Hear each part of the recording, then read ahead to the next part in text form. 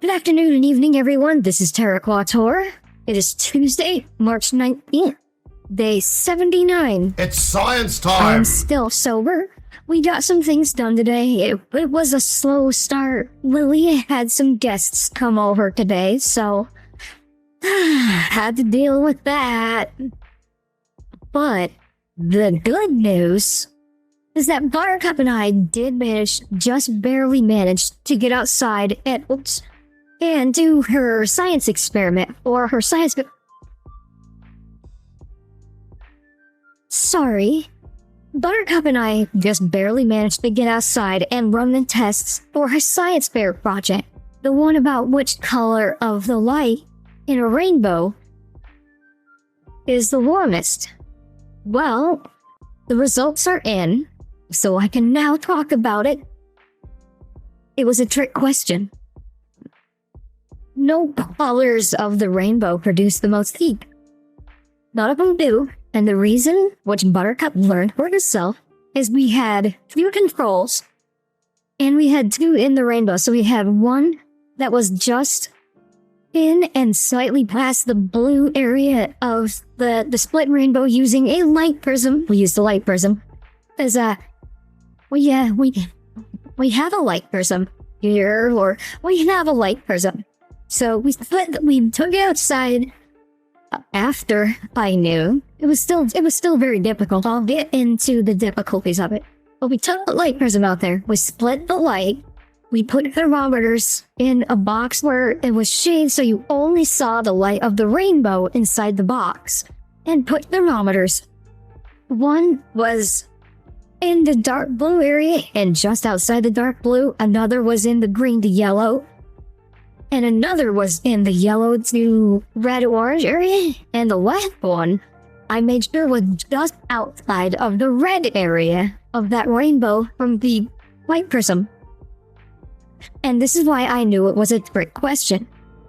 Because the one in complete shade, or near complete shade just beyond the blue area, had, it was the coolest. It had the least, so it was at about 68 degrees Fahrenheit. Well, the other 2 that were fully within the rainbow itself, both read around 72 degrees Fahrenheit. And the one that was just past the red, so the one that was also not under any light, just past the red, read 74 to 76 degrees Fahrenheit. Which was also the exact temperature of what the sunlight was, just laying out in the sun. That was the air temperature today. So that was the reading we got from outside. The trick question that she got is that no color of the rainbow actually produces the most heat. In fact, where you get all of your heat from the light spectrum is in the infrared spectrum. This was William Herschel's experiment in 1800, where he discovered infrared light. It's just we don't have eyes that can detect infrared. But now we have devices that can, like thermal vision is infrared detectors. So even your body is producing infrared, which is heat. So that's why if a room is completely dark, like no light whatsoever, if you put on infrared goggles, you can look around and you can see where people are standing. And you can vaguely see objects because every object has a certain degree of heat. Heat is detectable in the infrared spectrum. That was Buttercup's trick question. And she got those results and she got to see them for herself. But now the next step of her project is to put all of those answers together, which her hypothesis was indeed wrong. She thought maybe blue light would produce the most heat. I intentionally led her on. I led her on and said, okay, we'll run the experiment, but I'm not giving you the answer. I intentionally made sure she thought about what colors, because the same thing with William Herschel. He wanted to know which color produced the most heat. Of them. It was all infrared.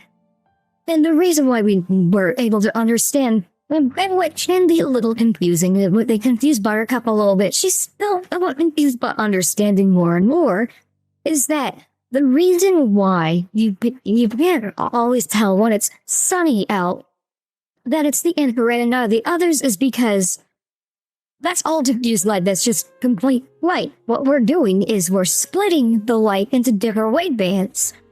So the red band, they always talk about infrared band, visual light bands, and like ultraviolet wave bands, or bands of light. Just like how the James Webb Telescope that we put in space a few years back looks at near infrared, and a lot of infrared, but near infrared, it doesn't have the visual bands. Or, our visual light bands. It has near infrared, which is a lot better to use in space. A lot better. So, Buttercup's experiment, while very difficult to do because I did not have a light prism holder, which holds the prism on the edges, rather than what I was forced to do was literally take a small tiny piece of cardboard, put some Velcro on the cardboard, put other Velcro on the light prism, and put that on my old light station tripod. That meant that we didn't get the full rainbow bar. We had two tiny little separate bars of the rainbow. But the good news, because of how it was set up, we just barely got our results, and accurately. I was worried we wouldn't have the degree of accuracy we needed, because with the amount of rainbow, or the two bars that we had, the amount of space we had in those was minuscule. Like, it could barely get the 5-minute reading necessary, the 5-minute reading necessary for the readings we needed. But the good news is, we got the readings. We got them. And I'm very happy about that. So now, we have to put her poster board together. Because she's not allowed to write directly on the board, which means I have to get more materials. And get what I don't have access to getting right now is more materials. I love improvising. We'll figure something out. Well, at least we still have 1 week to get this all turned in, and she's on vacation right now. So we have some opportunities to get this dealt with. But outside of that, the reason why I'm in an avatar I've never used before, again, is because, well, I went into that avatar search world, and I looked for one that was science-based, and this was among the best I could find quickly, because at the time of recording, it's 4:30 right now. So there, I just get this done, talk about it, talk about the results they went in. That also meant Buttercup that got to jump around on her trampoline for a little bit, but they're all inside. And again, remember, it's Tuesday, and we're having fish tacos again. I am very happy about that, and I think tomorrow we'll do some fried fish, because we have some pollen in the freezer. I would be more than happy to make some battered fish. It's not beer batter. I'm not dealing with alcohol anymore, obviously. But I'm definitely making those fish tacos tonight. I'm hungry, and I do look forward to having fish tacos. This is Terra Quator on your Tuesday, March 19th, 2024, day 79. I will see everyone tomorrow on Hump Day. Have a wonderful day, everyone, and enjoy the sunlight, because the rest of this week's gonna be cloudy over here. I'm taking in the sun while it lasts. Bye, everyone.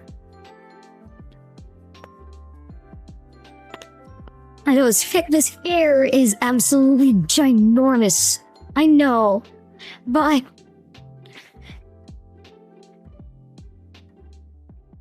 Time for more science.